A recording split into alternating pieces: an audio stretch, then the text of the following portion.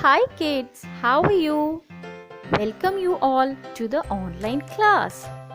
So, do you remember ma'am told you about top and bottom in your previous class? So now let's do it once again.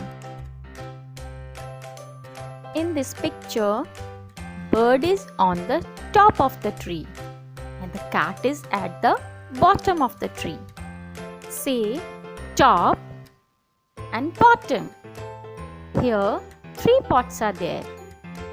First pot is on the top and the third is at the bottom.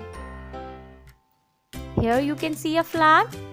A bird is on the top of the flag and cat is at the bottom of the flag. Now here the lion is on the top of the hill and the goat is at the bottom of the hill. You can see here. Now let's do some practice. Here is your worksheet. You have to do it. Okay children? Bye.